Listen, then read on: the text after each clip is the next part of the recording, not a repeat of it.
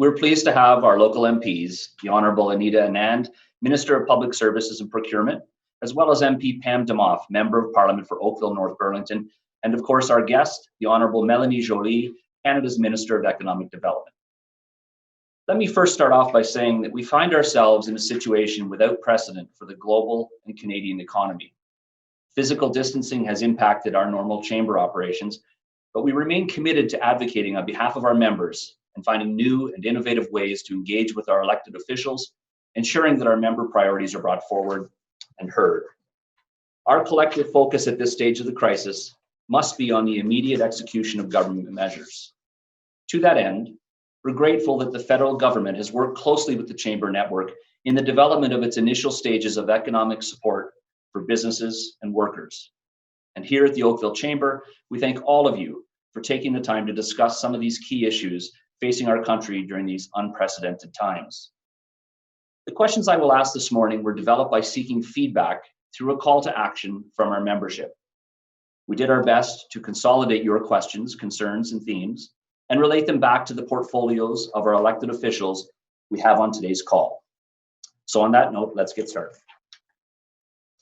Our first question is to Minister Joly, Canada's Minister of Economic Development, also official languages, I believe, but we'll concentrate on economic development for this morning. Good morning. Good morning. Good morning, Tim. Thank you for doing this. Minister Joly, we appreciate you joining us virtually and answering questions put forward by our membership here at the Oakville Chamber.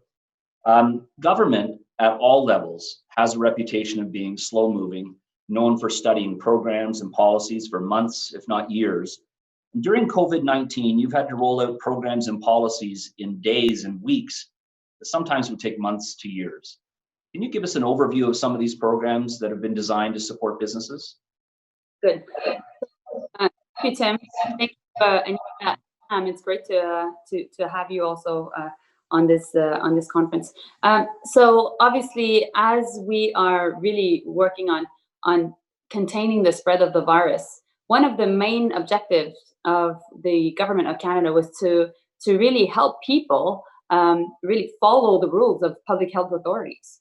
So our biggest economic approach is to make sure that there is physical and social distancing, and making sure that people can really flatten that curve altogether, because that's the best way for us to afterwards rebound and make sure that we can have a strong economy again, and to lower the time that this period will last.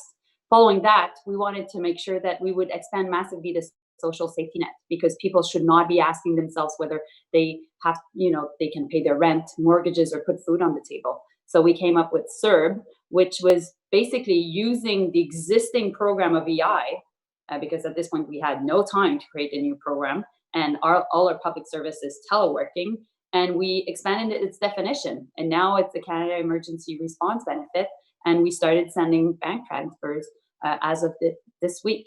And then following that, after doing this, well, then we were ready to really help bring up our economic package. At the beginning, our reading of the crisis was a bit different, I must say. We thought this was just a moving demand, where people may not sell furniture, for example, if it's a furniture company, for maybe two months, but eventually would sell more furniture. And we thought it was really, the issue was liquidity and helping businesses, deal with that really important cash crunch. And that's why we worked with the banking sector, and we released more liquidity through banks. And that's why people listening to us, if they have any questions, their first, reflex should be talking to the banker. And so, and that was our first reaction. We put more money into the BDC and EDC as well. And afterwards, looking into that and seeing how much this was having a profound impact on our different main streets across the country, and definitely in Oakville as well, we came up with subsidies. And that's why we decided to develop this new approach with wage subsidies, to make sure that businesses could keep their employees, and not only keep their employees, but also making sure employees have access to their benefits that they've worked on, for so long. And so we've been really working with many chambers across this country, like we were saying, Tim, to refine our approach bit by bit, make sure that nobody would fall into the cracks, but we're moving quickly. And while we're moving quickly, we know we can cover 80% of cases, but we need to deal with the 20% of cases. And that's why, the wage subsidy was amended yesterday. I can answer questions from you also on specifics regarding the wage subsidy, which is 75% of all your wages up to $58,700 max per salary per employee. And you have to show 30% losses. There are certain other conditions. Also, we came up with $40,000 grant loan, which if they are reimbursed within 2 years, businesses can keep $10,000. And also, we make sure that we would be doing tax payment deferrals to make sure that that businesses can keep their cash in their pockets. So that's what we've done, and I know that my colleagues have, particularly Anita has worked a lot on procurement also, and that may have impacts in Oakville. Yeah, and we'll touch on that in a little bit. You talked about how quickly things are moving, and anytime that government tries to do something this quickly, obviously there will be problems. It's such a fast-moving process. Can you touch a little bit on how nimble the government is in its ability to change course and to make corrections as you navigate this whole process? How fast can funding get into the hands of Canadian employers and employees? Very quickly. And we're showing that this week because the $2,000 CERB benefit just started, this week. People were registering on the Canada Revenue Agency account, and basically they got their money within 2 or 3 days. So it's working. Usually, so the idea for the federal government was to find the quickest way to send the money. And so that's why usually this would be tax filing season. Right. And people are not sending their taxes as much. So the CRA had the firepower, like the capacity to make sure to deal with millions of transactions. So that's why we wanted to do the CRB first, and that's moving very quickly. And then next is the wage subsidy. Obviously, we need to have the wage subsidy measure passed before Parliament. And I know that my colleague, Minister Morneau, is working extremely hard on that. So I think certainly it's commendable how fast the government has put money into people's hands. The one, I don't want to say criticism because that's not the right word. The one observation that I think some people have had is that they've received money, but without explanation. And in fact, they're not able to get through on the lines because you're dealing with millions of applicants. Is there a way to communicate to people when they receive those funds, what they are? I read one report where somebody said they received funds, but they didn't know if they were actually supposed to, so they felt like they couldn't spend that money. Okay, so there's that are being sent to people. There's the Canada Child Benefit that has been increased. So if you're a parent and you've received $300 more for your child, which this is the Canada Child Benefit increase due to COVID-19. The other thing also is the tax GST credits. So we've sent checks all across the country, and these checks are arriving as we speak. And then there's CERB, CERB, and that's an amount for a total of 4 months of $8,000. If people have received under the Canada Emergency Response Benefit more than $8,000 over 4 months, well, they have to tell to the Canada Revenue Agency. And trust me, never underestimate the Canada Revenue Agency. So meanwhile, we just wanted to send money as fast as we could because people are dealing with everyday realities, important needs. They are stressed, anxious, and they need that money to feed their families. So that's why we went fast. Thank you. Minister Anand, similarly, we're seeing the country's purchasing requirements reach an unprecedented level. And as a country, we are facing the challenge of securing medical supplies to support our frontline healthcare workers and ultimately the economy. How do you stay on top of that demand?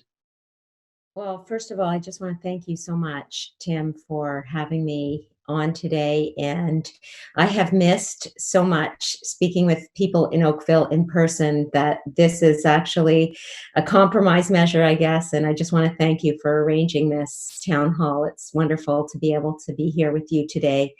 You are correct.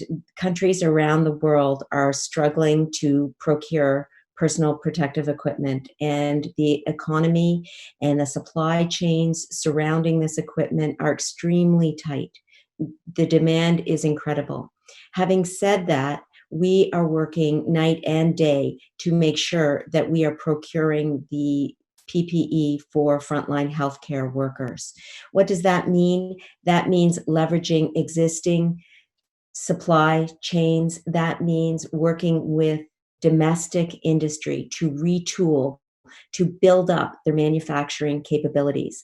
So what we've done in that regard, for example, is we've been working with well over hundreds of suppliers to make sure that that is something we can deliver. Canada Goose has stepped up, Bauer has stepped up, Stanfield's, Thornhill Medical, Medicom in Quebec, Spartan Medical in Ottawa, the list goes on.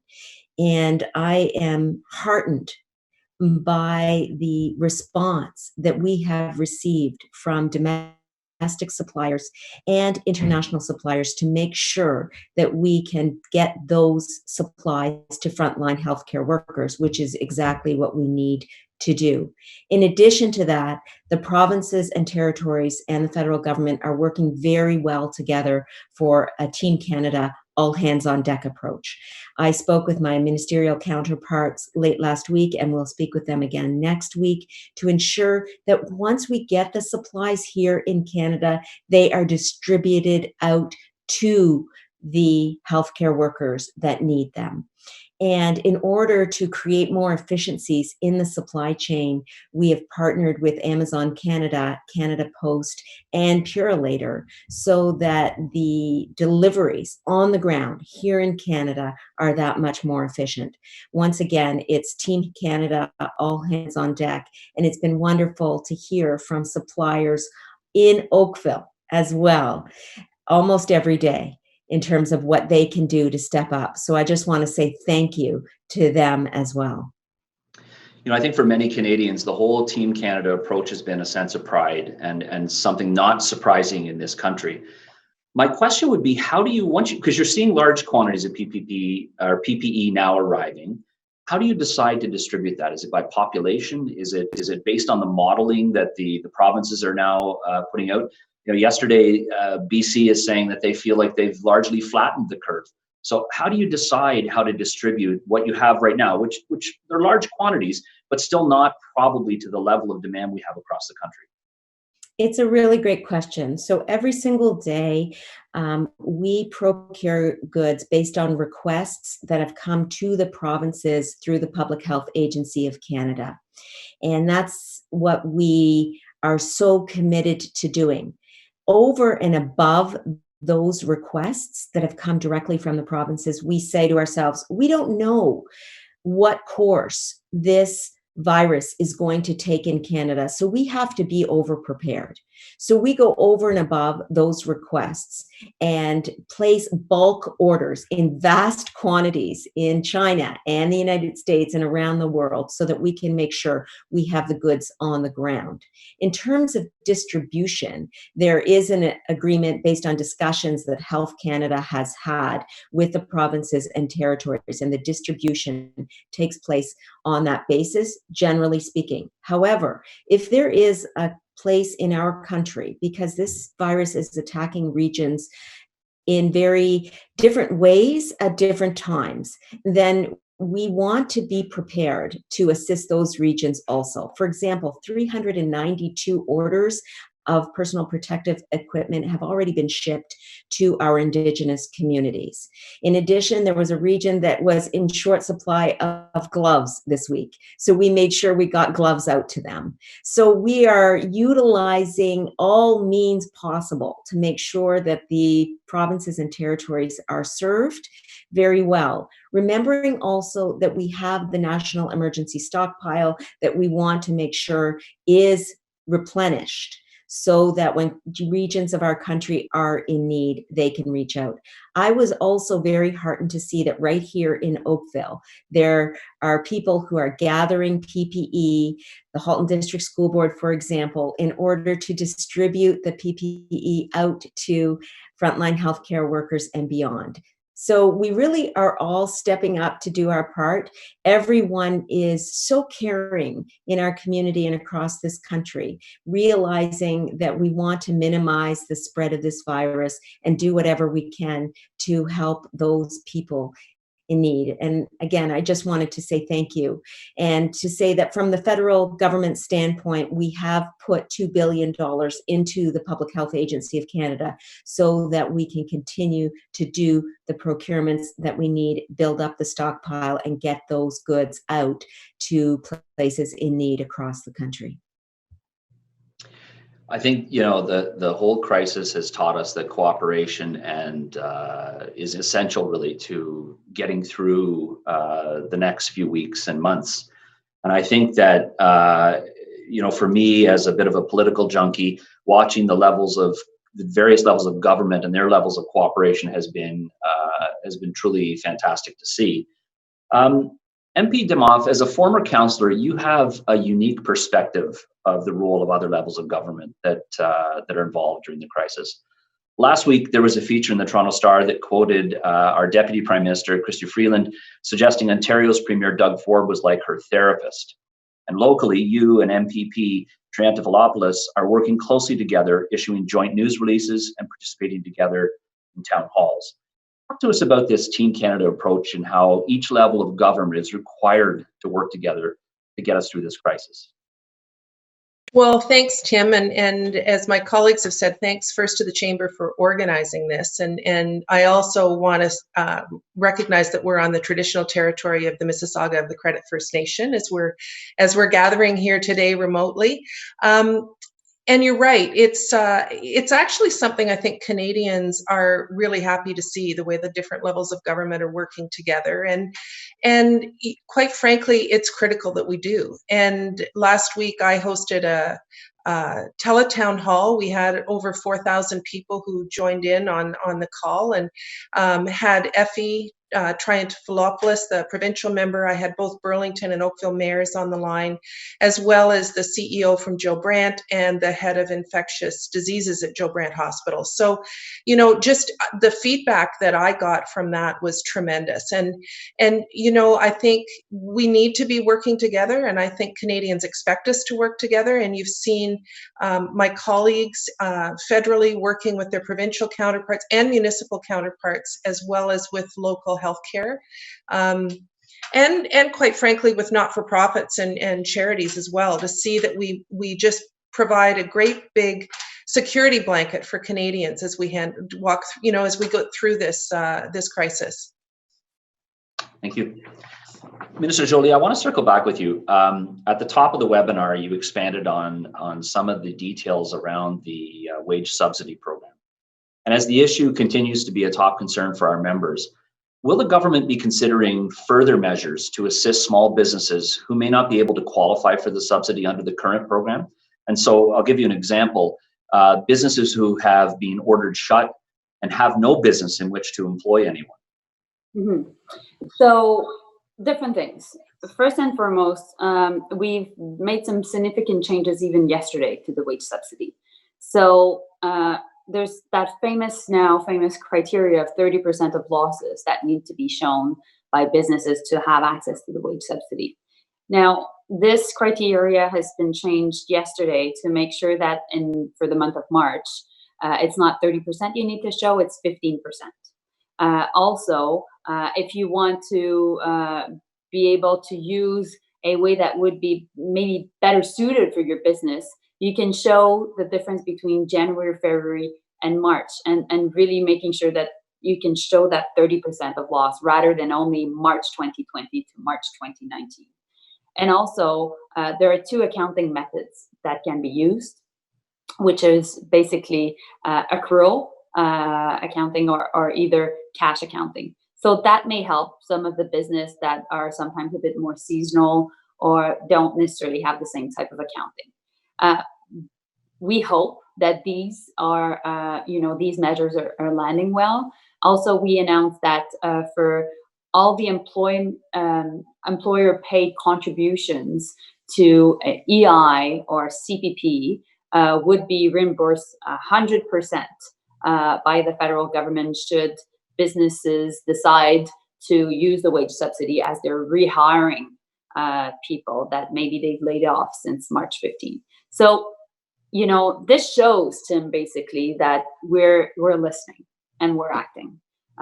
We've heard definitely that the startup were not covered enough, and so that's why we changed our method. We heard also that very high growth companies were really impacted, because it's not as if that their businesses was not suffering. It's just that the business was going so well before, so we had to take that into account. And also some seasonal businesses. And so we hope that these different changes will have an impact, and not only a positive impact, but fill more gaps that we were seeing. And I look forward to, and I'm asking you the question, Tim. How can you can please gather that information through your members to see whether it's a positive response, whether we're covering more cases, and what's left, because that feedback would be very helpful for Anita, Pam, and I as we're speaking to the Minister of Finance and making sure that we are really working on tweaking the legislation that will be put for the House of Commons, we hope, very soon. Okay, thank you for that. I appreciate that. And we will gather that information. We are hearing from our members on a regular basis. I think one of the concerns really is around understanding the timing and when people that run these businesses can apply for the funding. Yeah, okay. So two things. First, as soon as the legislation is passed, then, it will be a how can I say, a real measure. And therefore people will be able to go to the CRA My Business account. So it's on the website. Also, I would encourage people listening and watching us. Things have been moving so fast. Obviously, sometimes it's difficult to follow. We now have a new partnership with the Canadian Chamber of Commerce, and people can go on CBRN, Canadian Business Resilience Network, cbrn.ca. And I hope you can share that website address with everybody, because you can have the latest on everything we're doing at the federal level.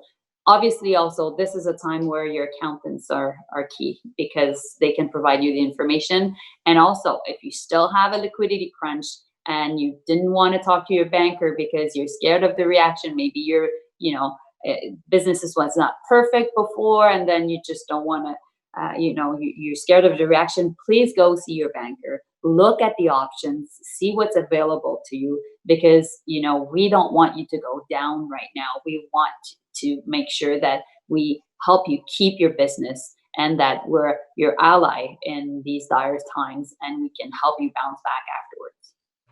We'll send that website out to our members today. Thank you. Thank you.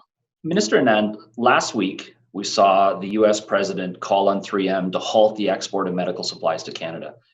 Under that order, under President Trump's order, the acting Homeland Security Secretary will work with FEMA, and I quote, to prevent the export of N95 respirators, surgical masks, gloves, and other personal protective equipment. Now, fortunately, that storm appears to have passed, and it seems to have been resolved, and 3M has continued to deliver masks to Canada. However, I'm concerned, or I would question how that complicates the situation when our largest trading partner is trying to disrupt the supply chain and ultimately our access to the protective gear we need. Thanks so much, Tim. I have been getting a lot of questions about 3M over the last few days, so I'm really happy to be able to speak to this point.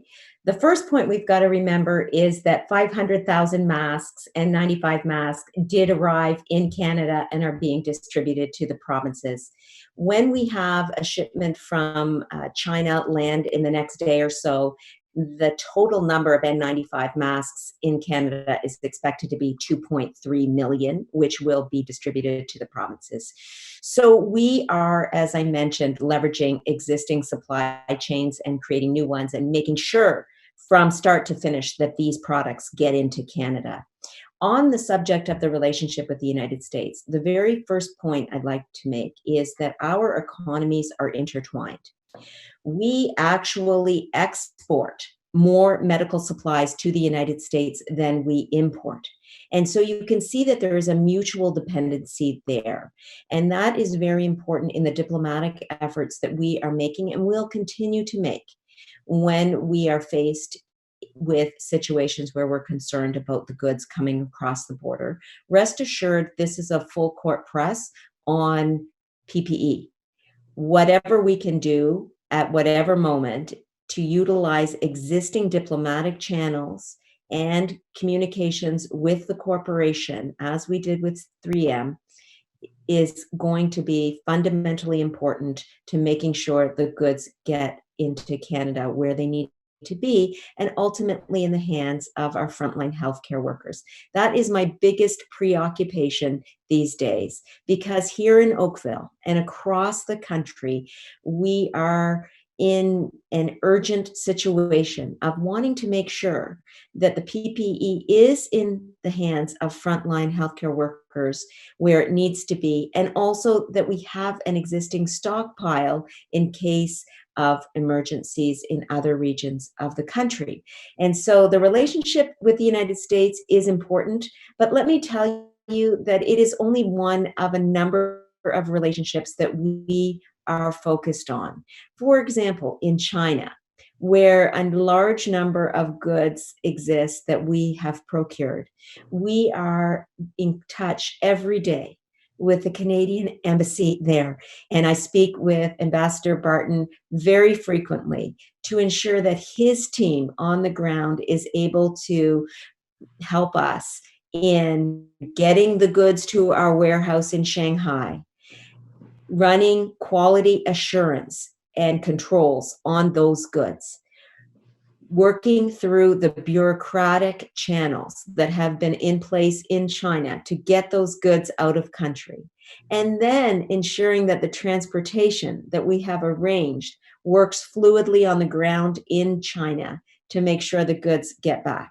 Every time a plane from China lands in Canada, I breathe a sigh of relief, because it means good news for our frontline healthcare workers.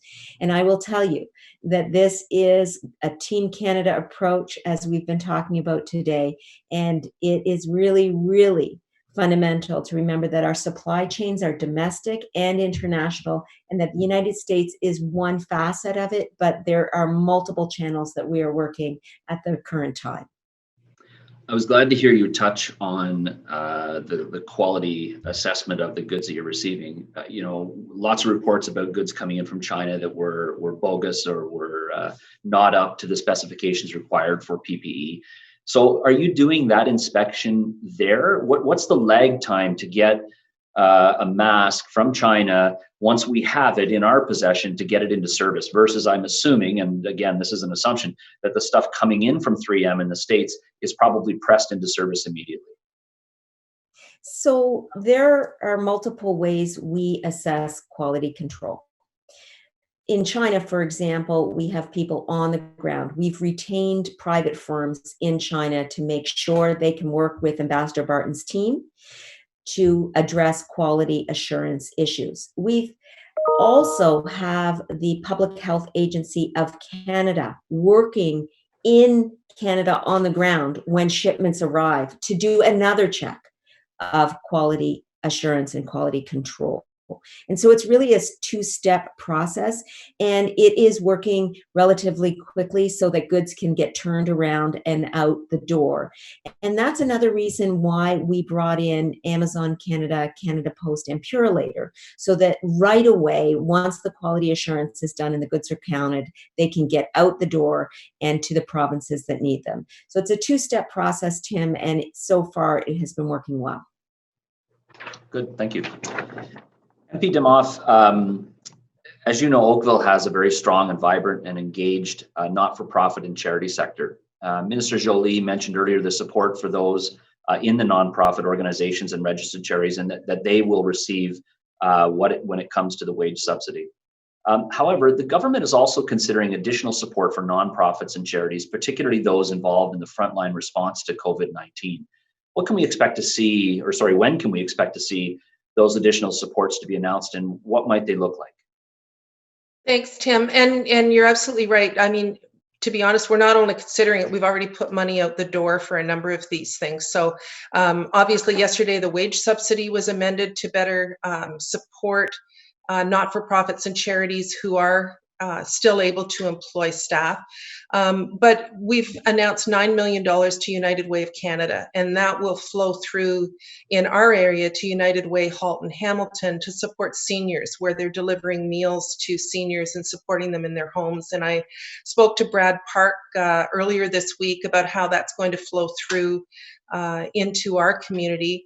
There's $100 million that's going to be going to support food banks across the country. And locally, we know Food for Life is working with I think all of the food banks in our community to support them. And, you know, we've got people right now who are turning to food banks who've never used a food bank before in their life. And I think it's important for them to go there. And Halton, there's a website, it's halton.cioc.ca, that has a database of all of the food banks, all of the community supports actually. We gave $7.5 million to Kids Help Phone because we know that homes are not necessarily safe for a safe place for kids. They're not in school right now. There's $50 million that is going to women's shelters and sexual assault lines, and we expect that our local organizations like Savas and Halton Women's Place will benefit from that. And then there's $157 million that's been announced that's going to Reaching Home for homelessness initiatives and those who are really struggling. So those are initiatives we've already announced. So what we're trying to do is get money out the door as quickly as possible in the most urgent way possible. But we do know that the not-for-profits and charities in our community are struggling right now because they're not able to have any revenue come in. They're struggling with fundraising. And we do know that over the longer term, there's going to be help needed for those. But right now, we're not at that phase. We're trying to get funding to the most vulnerable in the quickest way possible. I think we've done a good job of that in seeing this funding flow out the door quickly. But you know, we've been fairly nimble, in fact, very nimble in adjusting programs and ensuring that the organizations that need the money quickly are getting it. So I think we will be seeing more, Tim. But right now we're not even in the stabilization phase. So to look at recovery is just a little bit too far away, but we will be there. Something I forgot to mention when I was talking about the Team Canada approach too is that I'm doing a daily email update. If anyone does want to sign up for it, it's at mpdemoff.ca, and there's a button to sign up for it. Good, thank you. Mr. Jolie, when your government began its second mandate this fall, no one would have forecasted that globally we would essentially be in an economic shutdown a few months later. And the COVID crisis has required the government to shift priorities and focus all of its efforts on our response and recovery. We're spending a lot of money, and there's undoubtedly more funding that is needed to see our economy through. What is the plan for economic recovery, and where will we be in a post-COVID world? So, not an easy question. No, and I think, you know, obviously this was a conversation during the last election, but this was not a conversation, Tim, that we thought we would be having during our lifetime. And so I think Pam just referred to it. We're in the stabilization phase right now. We want to put money in the pockets of Canadians while they're trying to make ends meet. And so that's why the CRB, the $2,000 amount per month, is key. That's why wage subsidies, we need to really make sure that companies have access to wage subsidy. Good news, Air Canada decided to use the wage subsidy and has rehired more than 16,000 people. Same with WestJet this morning. So these are good examples, but my preoccupation is, yes, big companies, but also protecting our main streets, like I was saying. So really making it, it has to make sense for people in the streets of Oakville. And so now, obviously, there will be a recovery and a stimulus package. Like I was saying at the beginning, we saw that there was a movement in the demand, while supply would be still quite high. But bit by bit, we were seeing that this was affecting all the sectors of the economy, and that's why we came up with subsidies. We still think that there are certain sectors that are more impacted than others. Oil and gas, obviously, is really impacted. And the tourism sector. I've happened to be the minister and also in being in charge of the tourism sector. And I think they were the canary in the coal mine because they were first affected, particularly elsewhere in the country, like in BC and Alberta, when the tourism, Chinese tourism went down because of the flights that were being canceled because of the pandemic starting in China. And then eventually, right now, obviously, the hotel occupancy rate is less than 10% all across the country. So, and there will be challenges also for them to recover. And so that's why there are certain sectors that we're having conversations about. And at the end of the day, well, yes, there will be a stimulus package and conversations have started about that. I think my message to you and your members is the economy is, yes, based on the supply and the demand and, direct inputs, but it is also based a lot on emotions and confidence. If you look at how financial markets work, 1/3 of it is really based on data and 2/3 is based on consumer confidence and really the emotions of markets. And we've been seeing that, quite frankly, a lot recently. And so, we're putting all this in place for people to use these measures. It's not as if we don't want to, have wage subsidies apply to businesses. We want employers to use that. That's the best way to bounce back. And also, I think that people watching us can be can trust the fact that we've got their backs. We're working hand in glove, like Pam was saying, with provincial counterparts and municipal counterparts. We're helping on mitigating health risks with PPE, like Anita was talking about. But we will help you cross that bridge, and we will be on the other side of the bridge, and things will be brighter. So I think that should be the the mindset we have all as we're going through this. When you say across the bridge, I want to explore that a little bit more. And I pulled a quote from the Prime Minister from yesterday where he said, and I'll quote, "At some point when we are easing some of the measures, we will have to continue to be very vigilant about our own behavior in returning to work to ensure we won't be facing a new epidemic or even worse." And I won't put you on the spot to try to interpret what the PM was suggesting. However, I do want to explore how businesses come out of the crisis. And you touched on the larger businesses.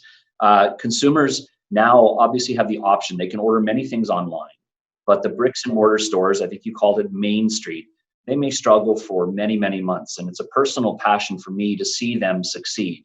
These are our neighbors, they're the members of the chamber and our community. How do they recover? And I would say they are not an essential service, but from my perspective, I see them as an essential part of the community. Yeah.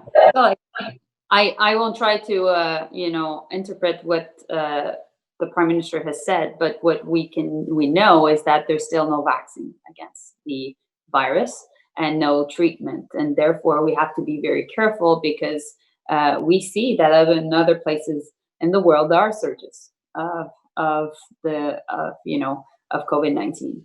And everything bad that is happening. One of the good things is the fact that we're at the end of the spread of the virus around the globe. So we can see what Asia is doing and what Europe is doing, and as they are bit by bit starting again to, start their everyday lives bit by bit. But definitely, to your point about the retailers and the local retailers, there are different initiatives that are being put forward. You can hear from my accent, I'm not from Oakville, but in Quebec yesterday, the premier announced that he would be supporting a online platform that would put all the retailers on that platform, and it's called the Blue Basket, Panier Bleu, and people have been going on that because they want to support local retailers, and that's an example that was taken from France. So I think there are local initiatives and regional initiatives that can be put forward, and definitely being the minister in charge of the economic agency that is called FedDev in Ontario, we could support these, really good ideas, entrepreneurial ideas, because yes, we need to do more for our retailers, and we need to help to consume locally, because that's how we'll have a lot of impact. Thank you. We just have a couple of minutes left, but Minister Anand, I know you touched on this earlier. We're seeing a lot of businesses here in Oakville and across the country pivot and join the fight against COVID-19, doing what they can to support the production of critical supplies. How can businesses help support our country's effort, and what type of help is most urgently needed? Tim, I answer that question, but I just want to say that when I hear Melanie and you and Pam talking about Oakville businesses, I'm pining to go downtown and be back in the fray with our business community and the people all across Oakville. So really anxiously awaiting that time when we can all be back together again. How can businesses help out? Well, right away, what we did is we set up a website, buyandsell.gc.ca. We have had over 22,000 businesses, domestically and internationally, reach out to us and offer to assist us in the production of existing supplies and networks, or in retooling. And I will say that is an example of how businesses across the country and in Oakville can voice their concerns and voice their willingness to step up. In addition to that, I hear from Oakville businesses through my MP office and email account almost every day. It is incredible how many businesses we have here in Oakville that are actually in the business of PPE production. And I just wanted to thank them for reaching out to me also. And I'd also like to say that I want to hear from you. I'm your member of parliament, but I'm also the minister that is procuring this personal protective equipment. So I have a double duty here to make sure that we are hearing from businesses in Oakville and across the country, as we have been. The example that we heard earlier this week of 3 companies starting up to retool and produce ventilators is an incredible story. 10,000 ventilators each, and it's going to be a very important moment in Canadian history when we can say that we've got a full-fledged supply of domestic production in addition to the international items that we are procuring. So once again, businesses in Oakville and across the country have really already stepped up, but of course, our lines of communication are always open, and I would really love to hear from you and your members about any further ideas they have. I've already heard from so many people. Pop-up hospitals, for example, came to me a few weeks ago, and I would really love to continue hearing those important measures of support that can be lent. We have to close. I'm going to bring you all on screen just before we do. I think both Anita and Pam, you've described this community so well, that it is so very special. And Minister Joly, we look forward to having you back in person so you get to experience not only our tremendous business community, but just what the community in general has for you. Thank you, Tim. Thanks for your Thank you, leadership. Tim. Thank you. I Tim. want to thank Minister Jolie, Minister Anand, and MP Demoff for joining us for the first webinar in what we were calling our COVID conversation series. There'll be more information to follow on future episodes of this. We appreciate you taking the time out of your busy schedules for what we believe was a very important conversation for our members and our business community. And to everyone who's watching on Facebook Live, on Zoom, and on your TV, thank you for tuning in. Thanks again, and have a productive day.